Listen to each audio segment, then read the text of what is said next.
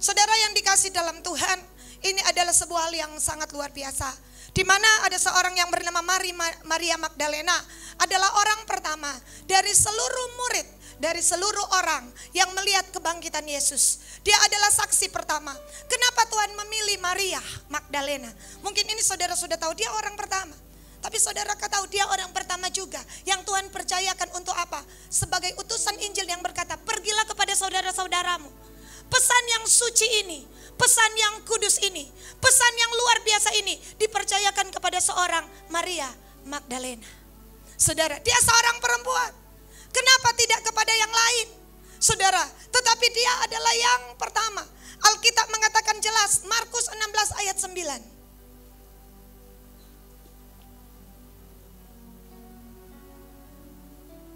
Setelah Yesus bangkit pagi-pagi pada hari pertama minggu itu, ia mula-mula menampakkan diri kepada Maria Magdalena.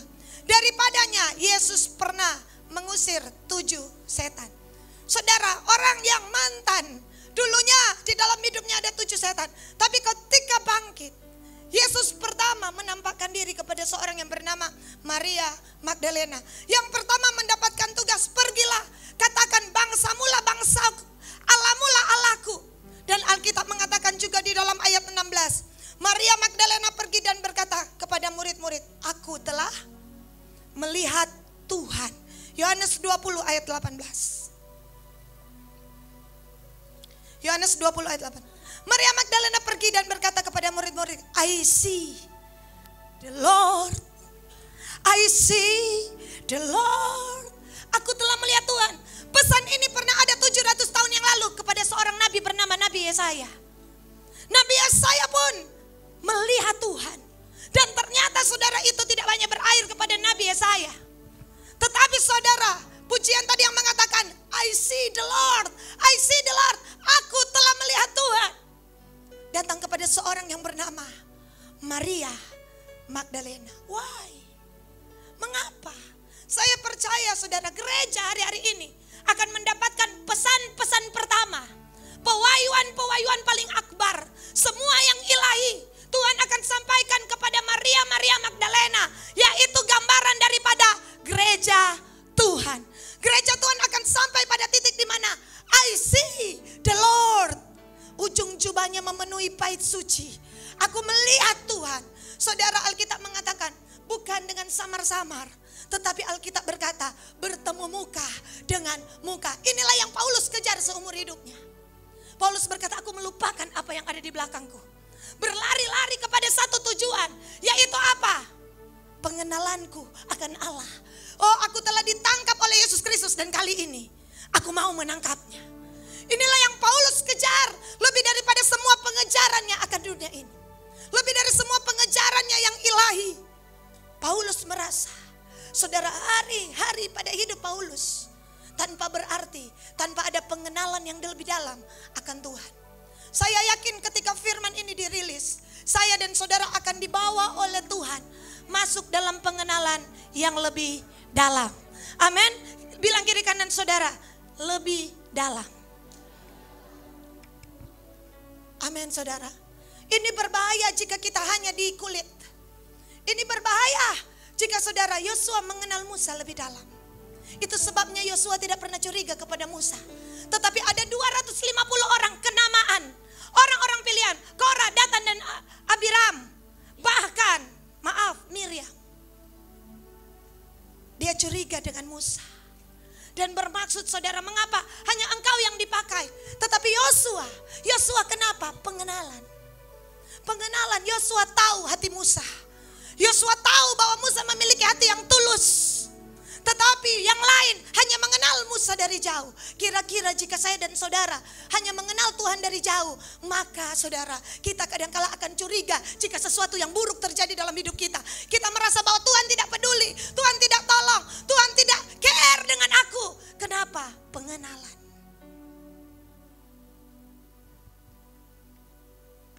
Haleluya. Saudara yang dikasih dalam Tuhan, saya membaca sebuah billboard ketika sudah mau naik pesawat lewat di satu tempat. Billboard itu adalah billboardnya Adidas. Billboard itu, dia tulis begini, impossible impossible is nothing. Saya melihat itu dan saya terkesima. Ini slogan dari sebuah toko sepatu, toko baju yang sangat terkenal di dunia. Dia taruh apa? Slogannya, impossible is nothing. Yang tidak mungkin itu tidak ada. Yang mustahil itu tidak ada. Saudara, bukankah Yesus berkata nothing is impossible? Tiada perkara yang mustahil bagi Tuhan. Tiada perkara bagi Tuhan tidak ada yang sukar. Bagi Tuhan segala sesuatu mungkin. Bagi Tuhan segala sesuatu nyata. Bilang kiri kanan saudara, nothing is impossible.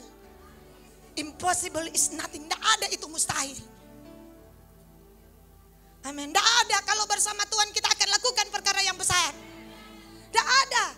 Saya berpikir, ini tim saudara, saya kaget. Hari ini masak 1.700. Begitu di packing, paginya datang 700, 2 jam lagi 500, sebentar lagi 1.000. Dan sekarang 2.000 dalam, saudara, 2.000 satu hari, 2.000. Saudara, ini saudara yang dikasih dalam Tuhan adalah sesuatu yang mungkin orang pikir tidak mungkin. Tapi mungkin bersama dengan unity. Amin. Kita bisa. Kita bisa. Ya saudara, menaikkan saudara 100 atau 200 pakmi di motor ya Bu Fit. Orang bilang tidak mungkin. Dan orang bilang mungkin. Jadi naik di atas 100 ya.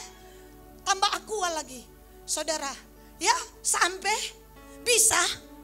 Saudara, ternyata apa yang kita bilang tidak bisa ternyata bisa. Bisa kalau Tuhan menyertai kita. Walaupun ada sedikit pelaka karena yang tahu jalan. Terus tidak tahu arah. Pakai Google Map, kiri kanan. Tapi bisa.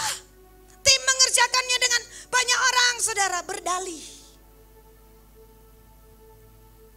Pengkhotbah 7 ayat 28, coba lihat. Kalau tidak salah. Ayatnya yang ke-27. Lihatlah ini yang kudapati, kata pengkhotbah, sementara menyatukan yang satu dengan yang lain untuk mendapat kesimpulan. 28. Yang masih kucari tapi tidak kudapati. Kudapati seorang laki-laki di antara 1.000, tapi tidak kudapati seorang perempuan di antara mereka. 29. Lihatannya ini yang kudapati, bahwa Allah telah menjadikan manusia jujur, tapi mereka mencari banyak dalih. Ayat 28. Ini Salomo bilang, dari 1.000 ya, kudapati seorang laki-laki yang tidak ada dalih. Semuanya banyak berdalih, tapi tidak di sini. Kali ini Salomo keliru. Banyak alasan. Kita kok tidak bisa karena begini. Ini kok terjadi karena begitu. Terlalu banyak alasan dalih. Salomo membawai begitu banyak orang, begitu banyak prajurit, dan dia temukan ada begitu banyak orang tidak bisa melakukan apapun karena apa? Banyak DP dalih. Bilang kiri kanan, saya bukan di antaranya. Iya kan? Ini Salomo raja yol. Raja yang tulis doh. Tidak kudapati dari 1.001 yang tidak ada DP dalih. Lah yang banyak begini, kok begini. Aku jadi ini karena ini, aku jadi itu. Aku menjadi korban dari sesuatu. Tapi saudara tahu, ketika ini orang-orang Yosua dan Kaleb, apa sebab? Saya bilang ke KL dan teman-teman, kita harus cari tahu. Dari 2 juta orang, 1998 gugur di padang gurun, hanya 2 yang tembus tanah perjanjian. Kita harus pelajari, karena Alkitab berkata ini contoh bagi manusia yang ada di zaman ini. Contoh bagi saya dan saudara. Jangan-jangan, saudara, saya bilang jangan, saudara ya. Ya, sebagian besar tewas di padang gurun tanpa memasuki tanah Kanaan. Kenapa? Saya temukan 2 orang ini tidak banyak dalih. Ketika mereka mengatakan tanah Kanaan itu baik, betul? Tapi yang lain kan bilang tidak baik. Tuhan hukum. Tuhan bilang 40 tahun balik, kalian akan memutari padang gurun. 2 orang ini ikut. Harusnya kan 2 orang ini tidak perlu. Karena mereka berdua memang sudah siap.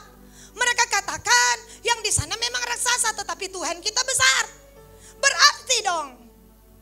Iya kan, berarti kan mereka berdua harusnya masuk lebih dahulu. Tapi Tuhan bilang putar. Mungkin hari itu ini perkiraan saya. Musa bilang dengan Yosua dan Kaleb sekalian. Jadi putar. Ya, Kaleb mungkin bilang kepada Yosua, Yos, kita berdua juga ya. Iya, Leb. Yos, bukankah kita berdua siap untuk Leb? Tuhan tidak pernah salah. Dan mereka juga tidak salah. Mungkin ini maksud Tuhan 40 tahun. Kita akan keluar dan masuk tanah perjanjian. Tuhan ingin menguatkan stamina rohani kita. Lebih lagi, Leb. Oke, Yos, jalan Leb. Jalan. Mereka tidak mempersalahkan. Ya, nah ada bilang, Leb. Ya, Bantar, tombak putus puluh itu. Gara-gara dorang berputar 40 tahun. Bukan 1 tahun, bukan 2 tahun, 3 tahun, 40. Bukankah ini bukan salah mereka? Tapi mereka tidak pernah mempersalahkan yang lain. Mereka tidak mempersalahkan ini gara-gara ngoni. Tuh orang yang tidak setuju iko kena DP batu. Tidak. Ini baru bilang pasukan. Pantas Tuhan mempercayakan kepada mereka. Karena mereka tidak ada hati seperti Adam. Siapa salah? Perempuan itu. Perempuan bilang ular itu. Jadi di situasi kondisi ini, siapa yang salah akan dicari kambing hitamnya. Banyak orang mempersalahkan situasi. Ini karena tape mama, ini karena tape papa, ini karena tape kakak, ini karena tape tanta, ini karena tape adek, ini karena situasi. Tuhan tidak adil. Saudara tahu, padahal Tuhan, Yusuf bilang apa? Kejadian 45 ayat 5. Coba kita lihat sejenak. Sudah ke arah situ kita ya, sebentar. Apakah itu ada di situ? Ya, ayat 5. Yesaya 45 ayat 5.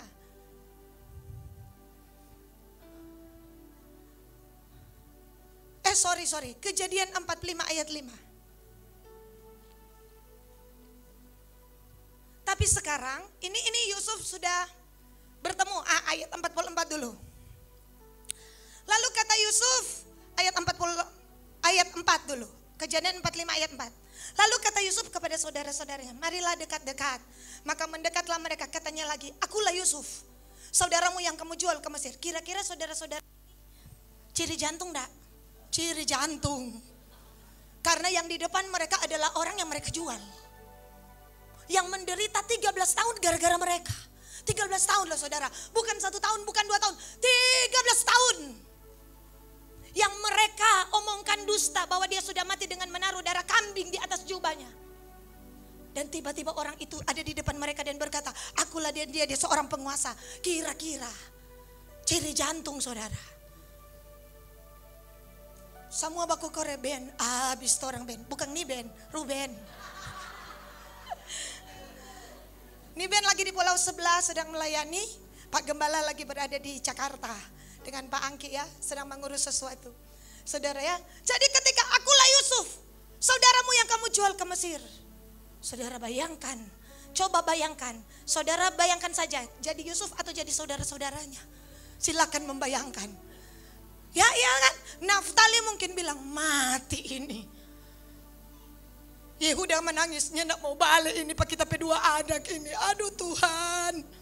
Tapi apa? Ayat 5.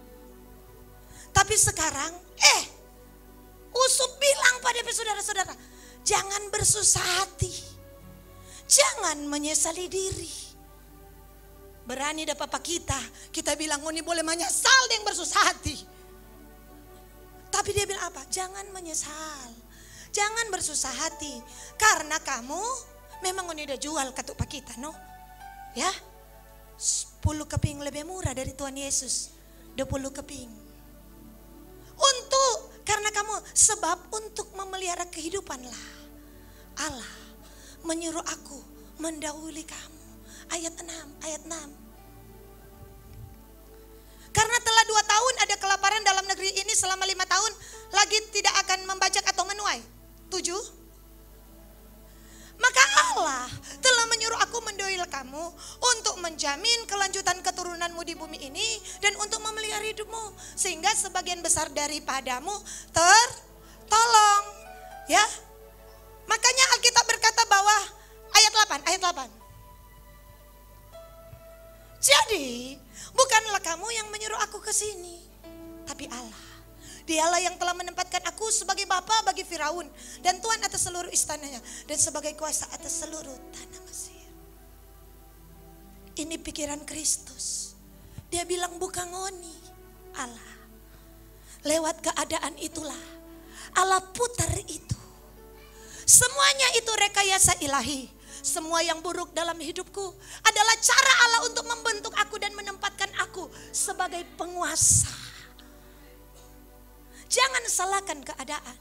Saya merasa di alam roh ada satu pasukan yang tidak bisa ditahan oleh situasi, ditahan oleh awan tebal, ditahan oleh keadaan buruk, ekonomi yang jatuh, ditahan oleh situasi yang buruk. Mereka akan tetap bergerak. Mereka tidak akan bisa dikalahkan oleh situasi dan kondisi.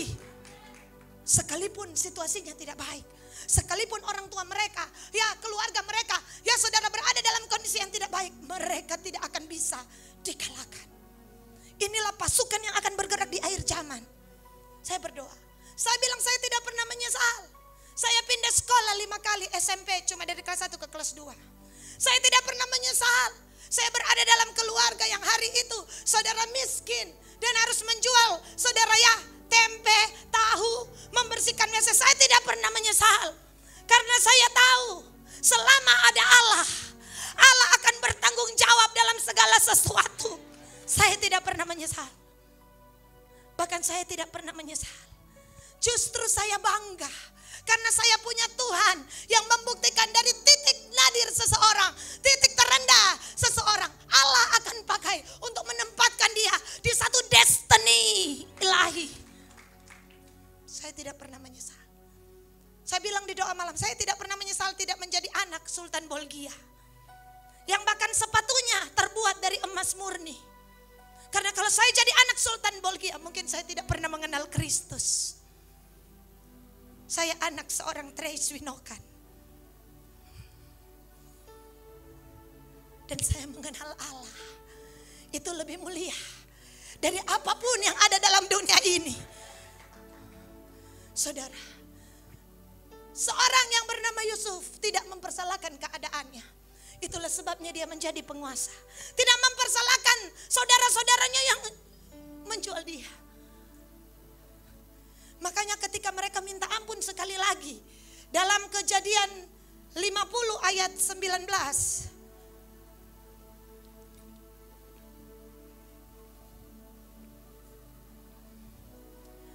Papa mereka mati, ayat 18, coba lihat.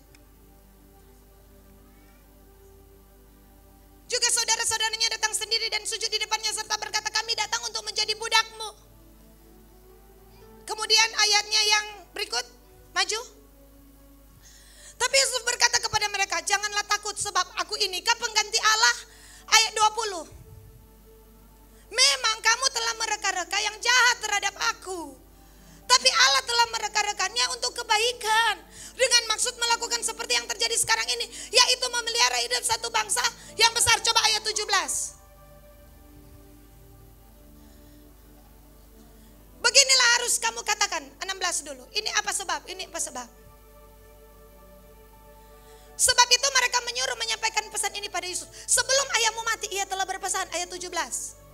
Beginilah harus kau katakan pada Yusuf, ampunilah kiranya kesalahan saudara-saudaramu dosa mereka, sebab mereka telah berbuat jahat kepadamu. Maka sekarang ampunilah kiranya kesalahan yang dibuat hamba-hamba Allah ayahmu. Lalu menangislah Yusuf ketika orang berkata demikian kepadanya. Yakub mati dan saudara-saudaranya berkata, mungkin hari itu Yusuf sayang pada orang karena ada papa. Tapi setelah papa meninggal, dia akan balas dendam.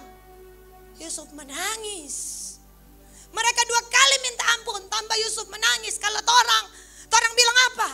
Minta ampun nih Pak kita, minta ampun, minta ampun, minta ampun. Iya saudara. Ngoni kan sudah bikin salah, cepat minta ampun, minta ampun.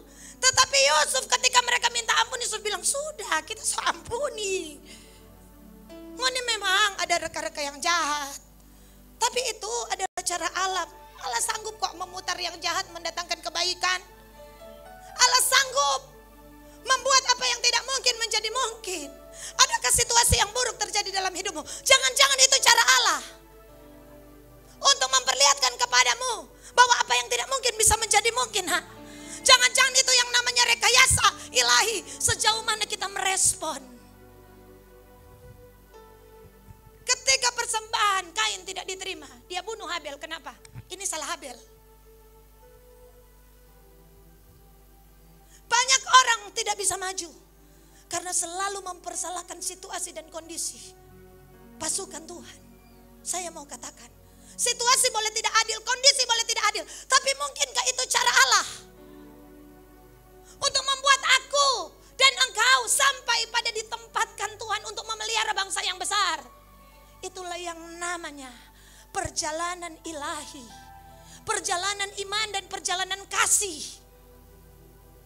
13 tahun tidak pernah tersimpan dendam dalam hati seorang yang bernama Yusuf. Dan itu sudah cukup membuktikan dia layak untuk menjadi orang besar. Kalau dalam hati kita ada dendam, dalam hati kita ada iri hati, dalam hati kita banyak hal yang jahat, kita tidak bisa layak sampai di tempat itu. Hari ini, saudara, saya belajar, saya penasaran dengan Yosua dan Kaleb. Kenapa, saudara? Karena apa? Alkitab berkata, mereka semua minum minuman yang sama. Mereka minum dari batu karang rohani, yaitu Kristus. Tapi tidak semua mereka yang finish strong and finish well. Salah satunya tadi, mereka adalah orang-orang yang tidak mencari alasan dan tidak mempersalahkan keadaan situasi. Saudara yang dikasih dalam Tuhan, hari-hari ini sekali lagi Tuhan seperti memberitahu, saya menangis tadi. Tuhan seperti beritahu umatmu, apapun situasi mereka tidak bisa menahan, karena aku Tuhan yang bisa menarik mereka dari banjir, yang bisa mengubah keadaan mereka. Aku bisa kok mengubah Esther, anak yatim, anak gembel, menjadi ratu. Dan aku bisa membuat orang yang jadi ratu jadi gembel, Wasti. Dalam sekejap mata, ketika Tuhan menaruh firman-Nya atas Asveros, Wasti jadi gembel. Aku bisa membuat orang mati hidup, tapi aku bisa juga membuat orang hidup mati. Kekuasaan ada di tangan Tuhan. Kita punya Tuhan yang besar. Bilang kiri kanan saudara, engkau punya Tuhan yang besar. Percayalah, pasukan Tuhan, kita harus benar-benar untuk belajar percaya. Alkitab berkata, percaya itu datangnya dari mana? Saudara, kita melihat kehidupan dari seorang yang bernama Maria Magdalena. Kenapa? Yohanes 19 ayat 25. Ini sebuah kunci. Yohanes 19 ayat 25.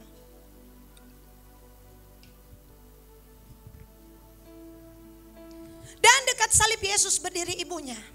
Saudara ibunya Maria, istri Klopas, dan Maria Magdalena. Waktu Tuhan Yesus disalib, itu hari apa? Jumat. Maria Magdalena ada di situ. Kemudian Tuhan Yesus wafat, Alkitab bilang, Matius 27. Markus 15 ayat 47. Mari perhatikan dengan simak. Markus 15 ayat 47. Markus 15 ayat 47. Ayat 6 dulu.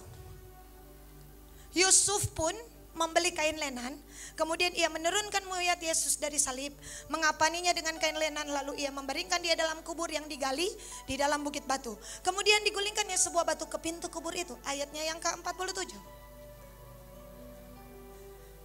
Maju. Maria Magdalena dan Maria ibu Yesus melihat di mana Yesus dibaringkan. Oke, jadi mereka melihat Tuhan Yesus dikubur, dia masih ada di situ. Betul? Dia masih ada di situ. Mari kita lihat Matius 27 ayat 61.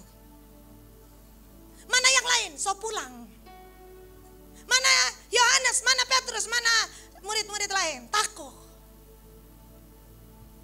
Tetapi Maria Magdalena dan Maria yang lain tinggal di situ, duduk di depan kubur itu.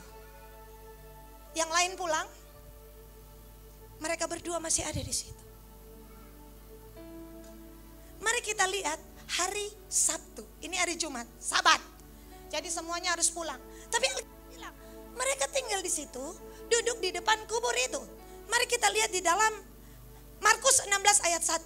Ternyata Markus 16 ayat 1 dan ayat 2 itu saudara terpisah sebenarnya.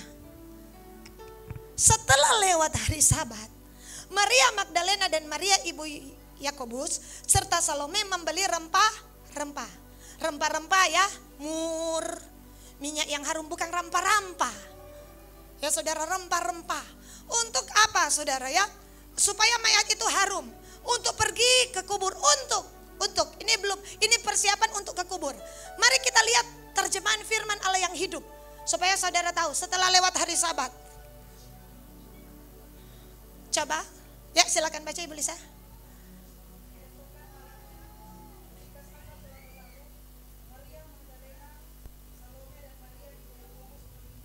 Keesokan harinya berarti hari apa? Sabtu. Saudara bayangkan Jumat, Sabtu, saudara ya.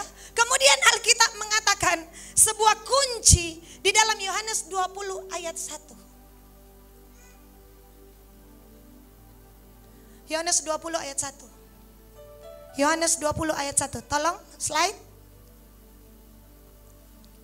Pada hari pertama minggu itu, pagi-pagi genar ketika hari masih gelap. Saudara, ini Maria tidak mau tasono.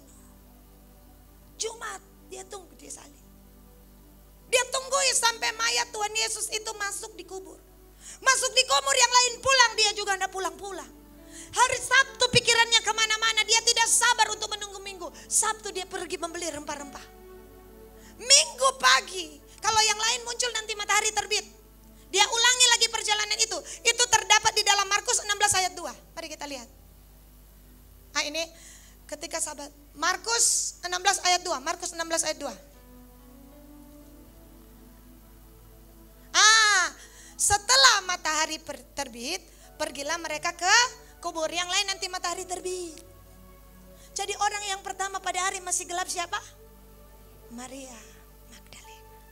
Dan ketika sampai di sana, dia lihat ayat 1 berkata, batu telah diambil dari kubur. Yohanes 20 ayat 2. Ia berlari mendapatkan Petrus. Kemudian Petrus datang, diikuti oleh Yohanes. Kemudian ayatnya yang ke-8. Kita lihat ayat ke-8. Maka masuklah juga murid yang lain yang lebih dahulu sampai di kubur itu dan melihatnya dan percaya. Sebab selama ini mereka belum mengerti isi kitab suci yang mengatakan bahwa ia harus bangkit dari antara orang mati. 10. Lalu pulanglah kedua murid itu ke rumah. 11. Ada kata ini 11. Tetapi Maria berdiri dekat kubur itu dan menangis. Sambil menangis ia menjenguk ke dalam kubur itu. Saudara, orang ini yang namanya menanti-nantikan. Ia tidak puas dari Jumat. Mana murid yang lain? Entah kemana. Sabtu, mana yang lain? Entah kemana. Minggu, yang lain sampai dia yang pagi. Simon, Yohanes, begitu mereka lihat kain kafan sudah tergulung, mereka pulang. Tapi Maria tidak. Itulah sebabnya Tuhan tahu keteguhan hatinya. Sampai ia bertemu muka dengan muka, Maria Magdalena tidak akan berhenti. Ini kuasa menanti-nantikan Tuhan. Alkitab berkata dalam Yesaya 40 ayat 31. Tetapi orang-orang yang menanti-nantikan Tuhan mendapat kekuatan baru. Mereka seumpama Raja Wali yang naik terbang dengan kekuatan sayapnya. Mereka berlari tidak menjadi lesu. Mereka berjalan tidak menjadi lelah. Saudara tahu mereka bukan hanya jalan, tapi lari. Dan Alkitab bilang mereka terbang. Mereka berjalan, mereka berlari, mereka terbang. Inilah orang-orang yang menantikan Tuhan. Mereka tidak cukup hanya berjalan. Mereka pasti akan berlari. Bahkan Alkitab berkata, mereka seumpama Raja Wali yang naik terbang. Saudara tahu, kalau ke luar negeri ternyata kenapa harus pakai pesawat besar? Karena anginnya kuat. Dan saudara, kenapa kalau pesawat besar? Sayapnya lebar, besar. Kalau saya baling-baling bambu mau putar-putar di udara, saudara. Iya, pernah kami pergi ke Talaut. Saudara pakai yang baling-baling. Aduh, haleluya. Berbahasa Ronda, stop. Kenapa? Masuk di apa saja sudah goyang. pernah penerbangan dari Semarang ke Surabaya, itu masih yang jemput. Tadi dengar masih menangis, Toren tidak keluar-keluar. Ibu Nova di samping saya, Bapak Gembala dan Bapak Insan. Karena takut dia ambil itu minyak urapan. Kita memang sudah gelap. Sudah guru. Sudah berdoa urabaseke, semakin berbahasa roh, semakin goyang. Dan saudara apa yang dia lakukan? Dia cepat-cepat taruh urapi saya dalam nama Yesus. Dia pergi ke Pak Gembala dalam nama Yesus dan kau Insan. Karena apa? Dia orang pikir lama toh. Jadi dia dalam Yesus. Saudara ya. Kenapa saudara? Kenapa? Sayapnya kecil. Sayapnya kecil. Jadi goyangnya hebat. Tapi saudara Raja Wali itu tinggal mengepakkan sayapnya. Bahkan ada sayap Raja Wali yang katanya 15 meter. Bagaimana sayap bisa seperti itu? Karena pada umur 40 tahun sayap yang lama itu dicabut. Untuk apa? Cabut bulu-bulu lama, karena bulu-bulu lama kotor. Supaya muncul sayap yang baru, yang lebih besar, yang lebih lebat, yang lebih lebar, untuk bisa terbang tinggi. Makanya Tuhan cabut orang pe bulu-bulu lama. Bulu-bulu yang kotor. Untuk Tuhan, saudara tumbuhkan bulu-bulu yang baru. Supaya angin besar apapun, badai besar apapun, justru kita akan hanya mode on. Kalau pesawat itu ada mode on. Saudara ya, on. Dia hanya gunakan semakin angin besar, justru dia semakin terbang tinggi. Hari-hari ini itulah yang akan Tuhan kerjakan. Saya berdoa, saudara saya bilang begini, Tuhan, apakah ini peneguhan bagi kita? Jumat, Sabtu, Minggu, 3 hari. Seperti 3 hari ketika Tuhan memerintahkan kepada Esra untuk menyeberang Sungai Ahwa. Esra pasalnya yang ke-8. Ayat 15. Esra 8 ayat 15. Yuk kita lihat. Aku menghimpun mereka dekat sungai yang mengalir ke Ahwa. Dan di sana kami berkemah 3 hari lamanya. Ketika ku selidiki ternyata ada orang-orang Israel awam dan imam-imam. Tapi tidak kudapati di antara mereka orang-orang dari Bani Lewi. Jadi Esra minta ini, orang-orang dari Bani Lewi termasuk si Netinim, budak-budak bait Allah itu harus ada. Coba lihat ayat 19.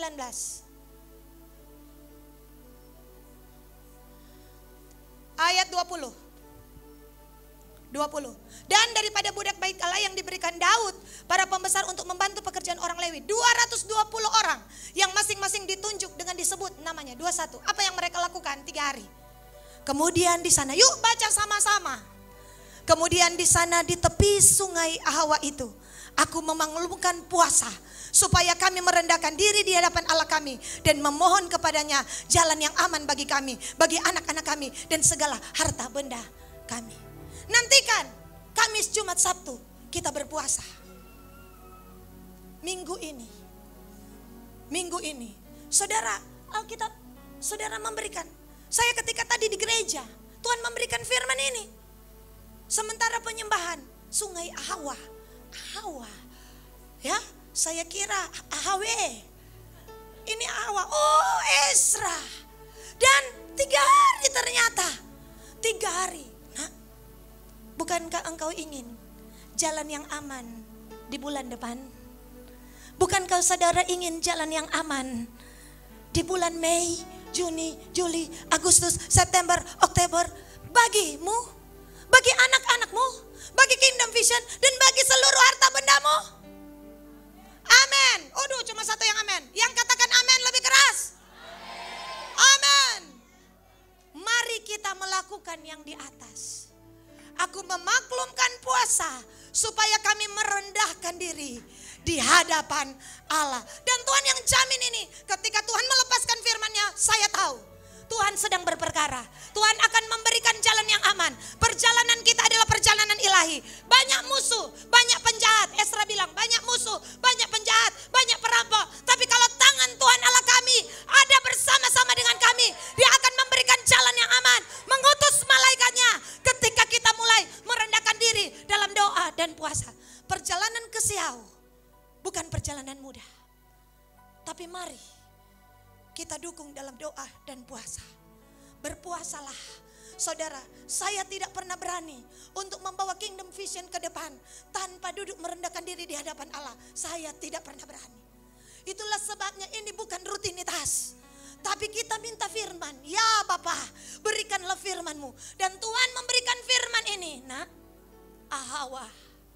Apa itu Ahawa? Aku akan memberikan jalan aman. Situasi tidak aman. Situasi tidak terkendali. Mereka saudara bawa banyak harta. Hari itu mereka hanyalah para orang-orang buangan yang akan pulang. Esra bilang, aku tidak mau minta pengawalan. Aku tidak mau, bukan secara jasmani kita dikawal, tetapi saya dan saudara dikawal secara rohani. Terima kasih kepada para pendoa. Kemarin kita 3 kali masuk cuaca tidak baik, tapi entah kenapa aman-aman saja. Itu karena doa. Amin. Itu karena saudara berdoa. Sementara anak di belakang kami waktu naik pesawat, bayi itu bikin gugup juga. Dia bilang apa? Mama, tulung dari pesawat, tolong. Tolong, dia minta tolong sepanjang belum take off. Kita bilang, Tuhan, tanda-tanda apa ini? El dengar, Ibu Wis bilang, Ibu keturun, Ibu udah dengar tuh adik udah minta tolong. Tulung dari pesawat, tulung. Mama, tulung, tolong. Kok Ibu Wis, konten bilang apa yang Ibu Wis lakukan? Kita tidur. Tak langsung, hirabata karabasyi kata karabata karabata, hurabasya kata karabata karab. Tak sebangun Panovita. Kontoran 2 deklarasi 34 tembok perlindungan. Kita bilang pantas toran 3 tidur aman. Kita memang penai saudara, nanti kita bangun semua sampai. Ya saudara, kenapa? Aman. Karena ada yang berdoa. Amin.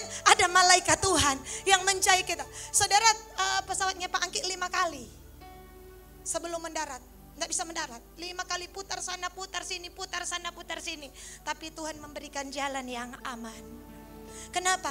Bulan yang lalu, bulan ini ya, kita telah merendahkan diri dalam doa dan puasa. Kita telah minta dan Tuhan memberikan firman-Nya. Haleluya. Bilang kiri kanan, tak masalah kau buka tutup buka. Tapi marilah ambil bagianmu. Ambillah bagianmu. Saya tidak memaksa jemaat untuk 3 hari puasa Ester, enggak. Tapi saya memohon, bukalah jam 6 sore. Jangan jam 12:05. Bilang ada puasa. Oh ya, sampai jam 12. Sampai matahari terbenam. Hari itu peperangan hebat dalam Hakim-Hakim 20 ayat 21 kalau tidak salah. Sebentar. Mereka kalah terus. Alkitab bilang sampai. Ya benar-benar. Ya sudah. Jadi Bani Benyamin maju menyerang Gibeah dan menggugurkan ke bumi 22.000 orang dari antara orang Israel pada hari itu. Ayat 22. Tapi laskar Israel mengumpulkan segenap kekuatannya, lalu mengatur pula barisan perangnya di tempat mereka mengatur barisannya semula. Ayat 23, 22.000 sudah gugur. Kemudian pergilah orang-orang Israel lalu menangis di hadapan Tuhan sampai petang. Sesudah itu mereka bertanya pada Tuhan, akan pergi pula ke kami berperang? Jawab Tuhan, majulah melawan mereka. Ayat 28. 24. Tapi ketika orang-orang Israel pada hari kedua sampai di dekat Bani Benyamin, ayat 25.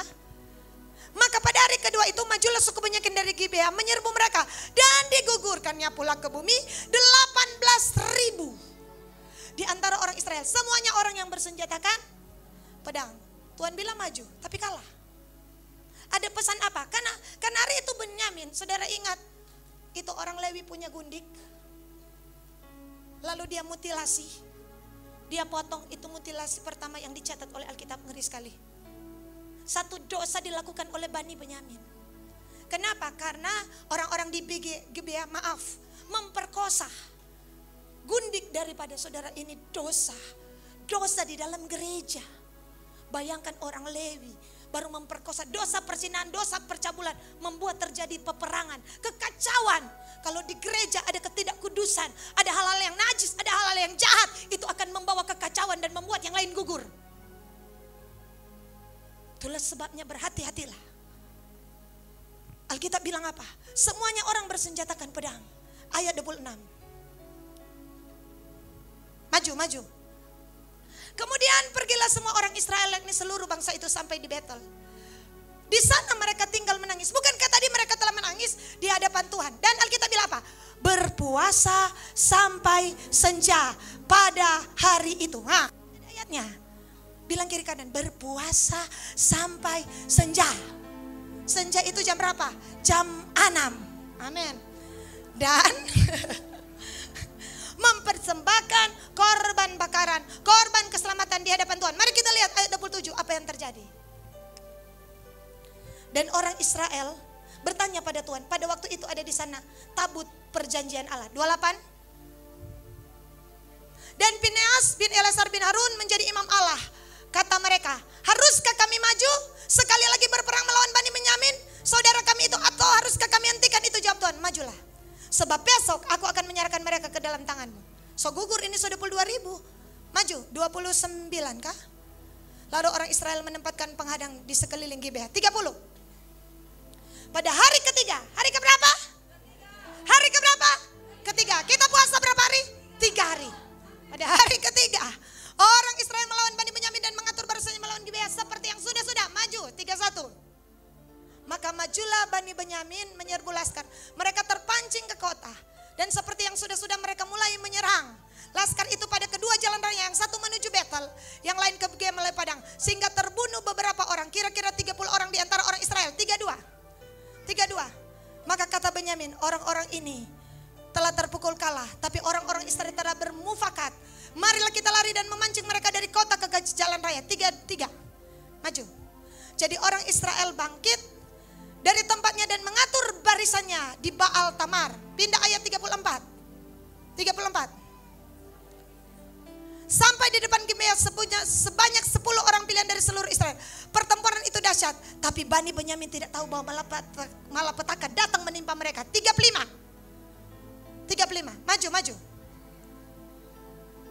Maju.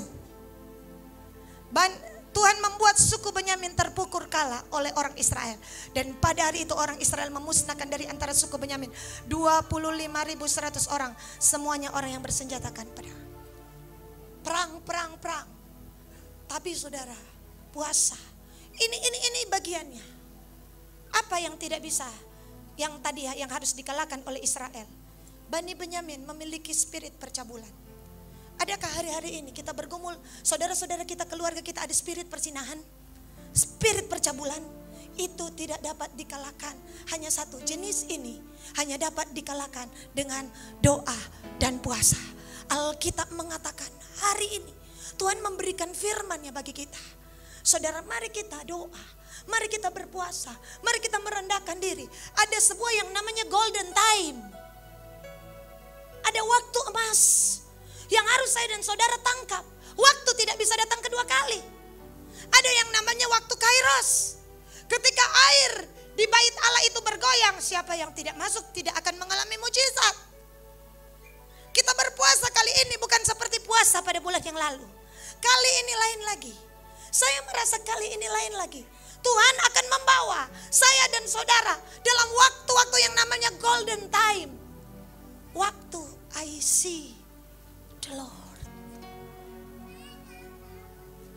Itulah sebabnya engkau para anak muda yang akan mengikuti retreat, gumuli retreat ini dalam doa dan puasa. Retreat akan diadakan 6/7 setelah kami kembali dari Siau. Pak Cornelis dan Pendeta James akan pimpin ini ke Siau, Ibu Wis. Kemarin sampai di sini kita sudah meeting dan hubungi Siau langsung. Kemarin pagi, malam kita meeting dengan seluruh anak-anak muda. Saya tidak mau ini menjadi sebuah rutinitas, tapi saya mau ini waktu kita untuk I see the Lord. Untuk kita saudara mengalami seperti yang Maria Magdalena alami. Untuk kita melihat seperti yang Maria Magdalena lihat. Apa yang dia lihat? Kemuliaan Kristus. Kemuliaan Tuhan. Hari itu Yosua hendak memimpin umat Israel. Tapi Alkitab bilang di dalam Yosua pasal 5.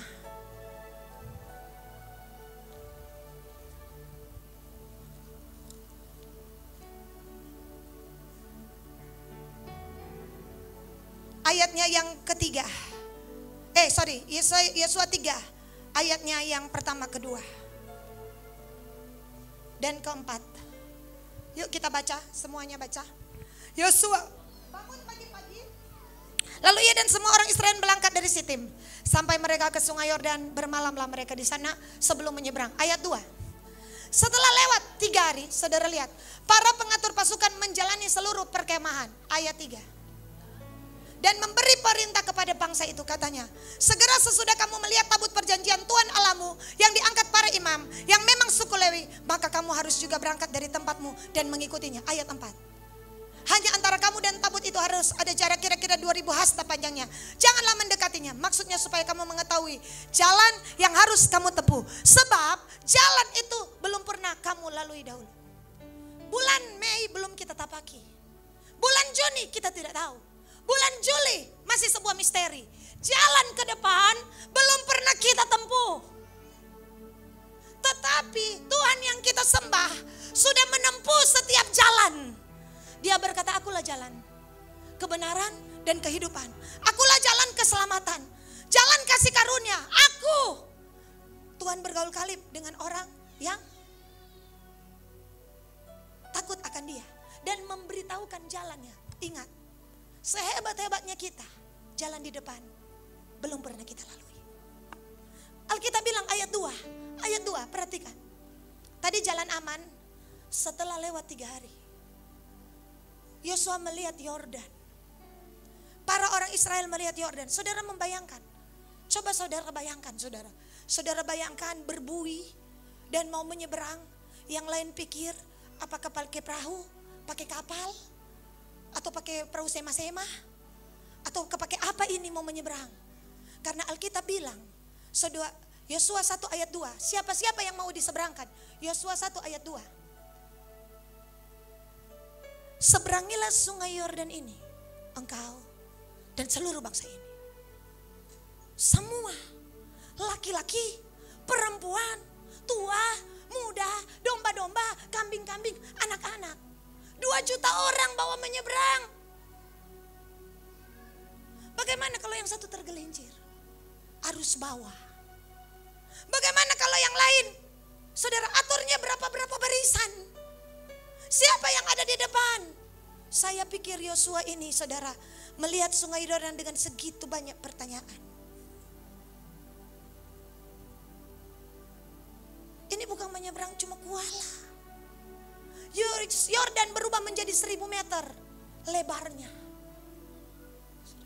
Tapi hari itu, tiba-tiba setelah 3 hari Tuhan bicara. Tiba-tiba heboh. Siapa tuh para imam semaju? Mau bagaimana ini? Sudah ada perintah, sudah ada strategi. Begini caranya menyeberang. Saudara, ini hebatnya Yosua. Yosua panglima perang bintang 5. Tapi Yosua tidak pernah mengandalkan. Ya saudara, dia pernah perang melawan Midian. Amalek ya. Ya, Amalek, Midian di dalam Keluaran 17. Waktu Musa, Harun, Hur di atas, dia yang pimpin peperangan. Tapi hebatnya Yosua tidak pernah mengandalkan kehebatannya dalam berperang. Dia belajar banyak dari seorang yang bernama Musa. Dia tunggu Tuhan. Dan saudara tahu, ini ayat yang saya minta, Tuhan, terjadi bagi kami. Dan saudara, ini menjadi sebuah pesan yang akan kami bawa terus. Saudara, setelah dalam penyeberangan itu kan sungai Yordan apa? Terbelah. Iya kan? Alkitab bilang apa? Di dalam ayatnya yang ke 10. Ayat 9 dulu baru ayat 10. Ayat 9. Yosua 3. Yosua 3 ayat 9. Lalu berkatalah Yosua kepada orang Israel, datanglah dekat dan dengarkanlah firman Tuhan Allahmu. Ayat 10. Ini sementara mau menyeberang ini. Lalu kata Yosua, dari hal inilah akan kamu ketahui bahwa Allah yang hidup ada di tengah kamu. Ada di tengah-tengah Kingdom Vision. Bahwa Allah yang hidup, Yehova Syama, Tuhan hadir dalam rumah tanggamu, rumah tanggaku. Tuhan hadir atas kota kita. Tuhan hadir dalam setiap perjalanan ilahi. Tuhan hadir dalam setiap apa yang akan kita kerjakan. Tuhan Allah hidup di tengah-tengah kamu. Oh, ini saya berdoa. Tangkap ini dengan iman. Tangkap ini dengan percaya. Mari angkat tangan saudara dan berkata, aku percaya bahwa Tuhan ada di tengah-tengah kami. Aku berniat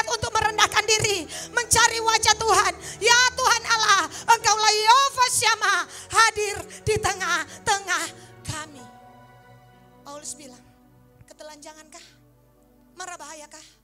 Penindasankah? Tidak dapat memisahkan kita dari kasih Kristus. Baik hidup maupun maut. Hidup yang sekarang dan yang akan datang.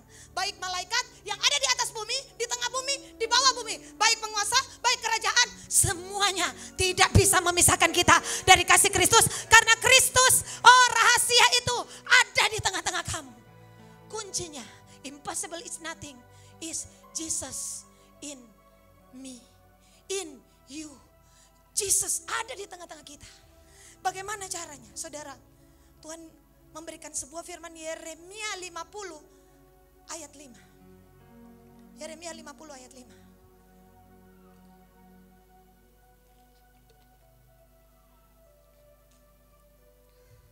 Yeremia 50 ayat 5. Mereka menanyakan jalan ke Sion. Tadi kan jalan aman, jalan yang, yuk kita baca. Mereka menanyakan jalan ke Sion.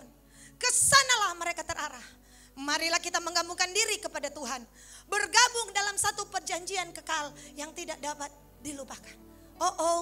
Ini ayat spektakuler. Alkitab bilang apa? Bergabung dengan Tuhan. Itu nutu Tuhan ada di tengah-tengah kita. Amin. Bilang apa? Marilah kita menggabungkan diri kepada Tuhan. Bergabung dalam satu perjanjian kekal. Itulah Allah Bapa, Anak, Roh Kudus. Kalau kamu tinggal dalam aku dan firmanku tinggal dalam kamu, itu yang namanya bergabung. Bilang kiri kanan, jangan sembarang aja bergabung.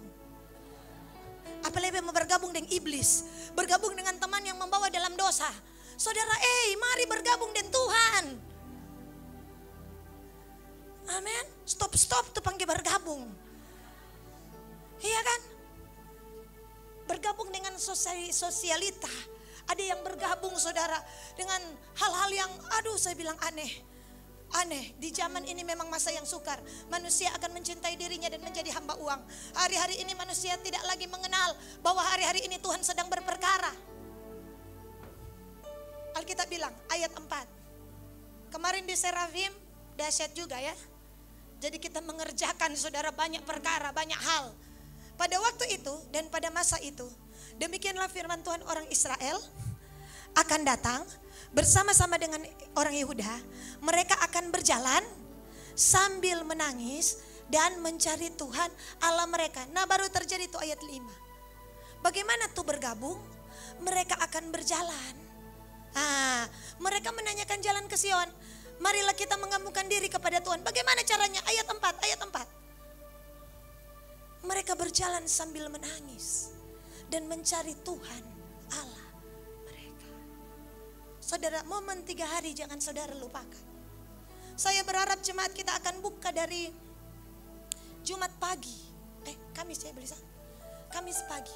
Dan Jumat kita akan full. Tolong siapkan ini ya. Kenapa? Saya dapat firman. Ketika selesai menyeberang, mereka tidak unyuk-unyuk langsung pergi ke Yeriko. Enggak. Kan tadi sudah lewat. Sementara di dalam pasukan mereka, Yosua 4 ayat 13.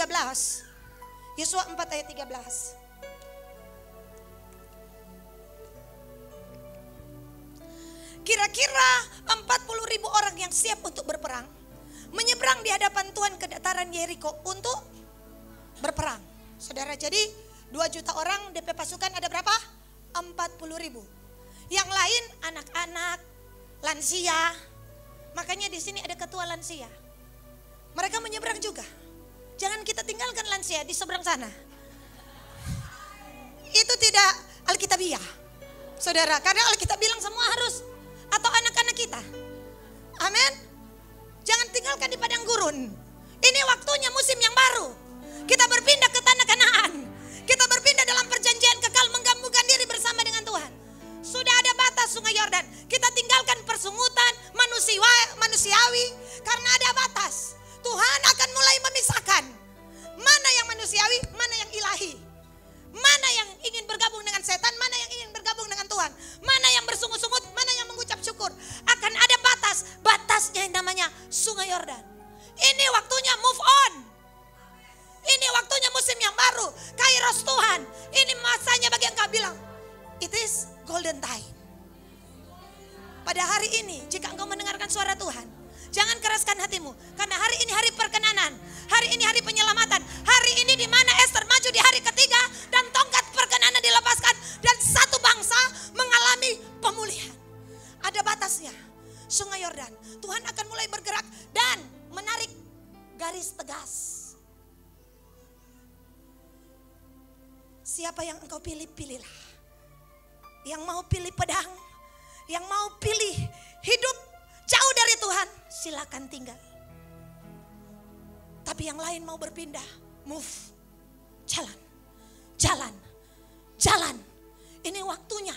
Kita tidak boleh main-main. Kalau kita main-main, kita akan tertinggal. Bayangkan kalau di 2 juta dan berkata begini, Yos, ya, kita tinggal nih. Yosua bilang, oke, tinggal di situ Jongana. Tapi enggak, mereka 2 juta ini, 40.000, semuanya siap perang.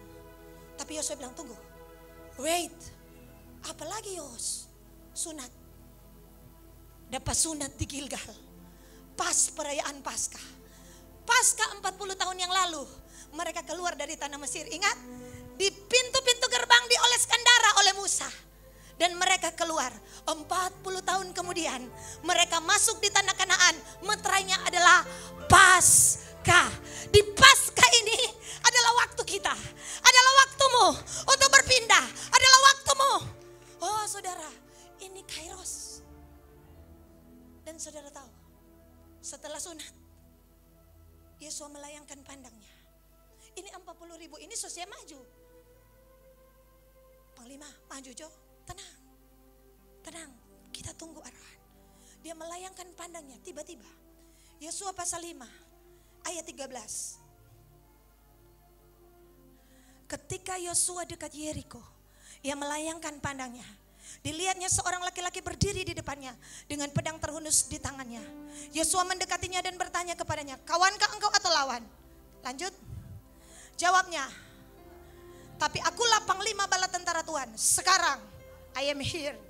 Lalu sujudlah Yosua dengan mukanya ke tanah, menyembah dan berkata kepadanya, apakah yang akan dikatakan Tuanku kepada hambanya ini? 15. Dan panglima bala tentara itu berkata kepada Yosua, tanggalkan kasutmu dari kakimu sebab tempat engkau berdiri itu kudus. Dan Yosua berbuat demikian. Mari kita lihat ayat 14. 3 hari ke depan kita akan bersikap seperti Yosua. Sujudlah Yosua dengan mukanya ke tanah, menyembah. Worship. Kita worship. Yosua tidak pernah tahu bagaimana harus memasuki Yeriko. Tapi ketika Yosua worship, ini bukan malaikat, karena kalau malaikat dia akan tolak. Seperti Yohanes Pembaptis pernah tolak kan? Jangan sembah aku. Ya, sembahlah Tuhan saja. Itu malaikat. Tapi ini Tuhan sendiri hadir. Makanya Yosua menyembah. Saudara, mukanya ke tanah. DP muka di tanah. 40.000 orang saya katakan hormat pada Yosua. 2 juta orang mengharapkan Yosua. Tapi ketika berhadapan dengan Tuhan, dia sujud menyembah. Itu yang akan kita lakukan. Jumat sudah tanggal merah, saya sudah periksa. Percayalah, Presiden sudah melegitimasi, ya seperti itu. Berarti hari Jumat, semuanya yang kerja pasti tanggal merah. Paman, saya sudah lihat yang sekolah tanggal merah itu. Tanggal merah kita bisa berkumpul dari pagi. Ini waktunya kita sujud menyembah. Kita masuk di tanah yang baru. Di tanah itu saudara kita akan menghasilkannya, mengusahakannya. Di depan ada 31 raja-raja yang akan kita tundukkan. Seperti kata Pak Sitorus. Tapi kuncinya ada di sini. Saya tahu ini kuncinya. Tuhan memberikan kuncinya. Dan Alkitab bilang, Tuhan memperdengarkan suaranya di depan tentaranya. Apa yang Tuhan perdengarkan? Panglima bala tentara itu bicara kepada Yosua. Ayat 15. Dia bicara apa? Dia perdengarkan suaranya apa? Dia bilang pada Yosua, tanggalkan kasut dari kakimu. Sebab tempat engkau berdiri itu kudus. Kenapa kudus? Karena di situ Tuhan hadir. Itulah hadirat Tuhan. Itulah hadirat Tuhan. Di mana semua kasut bicara semua yang kita injak. Kasut bicara semua. Orang kalau dia pakai kasut cepat. Coba jalan Babatu kong dia enggak pakai kasut. Lambat. Kasut bicara andalan. Kaki bertumpu itu kuat kalau pakai apa? Kasut. Apalagi di jalan yang dan tajam. Semua andalan kita, semua harapan kita, hanya kita taruh pada Tuhan. Semua tempat kita bertumpu, Tuhan. Caranya seperti apa? Tanggalkan. Kasut juga bicara apa? Kasut itu, kaki itu menginjak semua yang kotor. Tanggalkan, tanggalkan, tanggalkan. Kita harus bersiap. Sebab tempat engkau berdiri itu kudus. Dan Yosua pun berbuat demikian. Dan Kingdom Vision pun berbuat demikian. Tuhan memberkati. Shalom. Bilang kiri kanan, 3 hari siapkan dirimu. Saya mohon 3 hari jangan ke pantai, jangan ke mall. Datanglah di Kingdom Vision. Yang belum tahu alamatnya, ya, pakai UPS. Ajak aja yang lain. Jangan cuma mau diberkati sendiri, topang yang lain. Ya saudara, upgrade yang lain. Katakan, ayo, yang bisa yang buka toko siang, malam masih buka di sini. 24 jam kita akan berputar. Siapkan pendeta, siapkan. Untuk ini ya, bergerak kita sama-sama. Tuhan memberkati kita.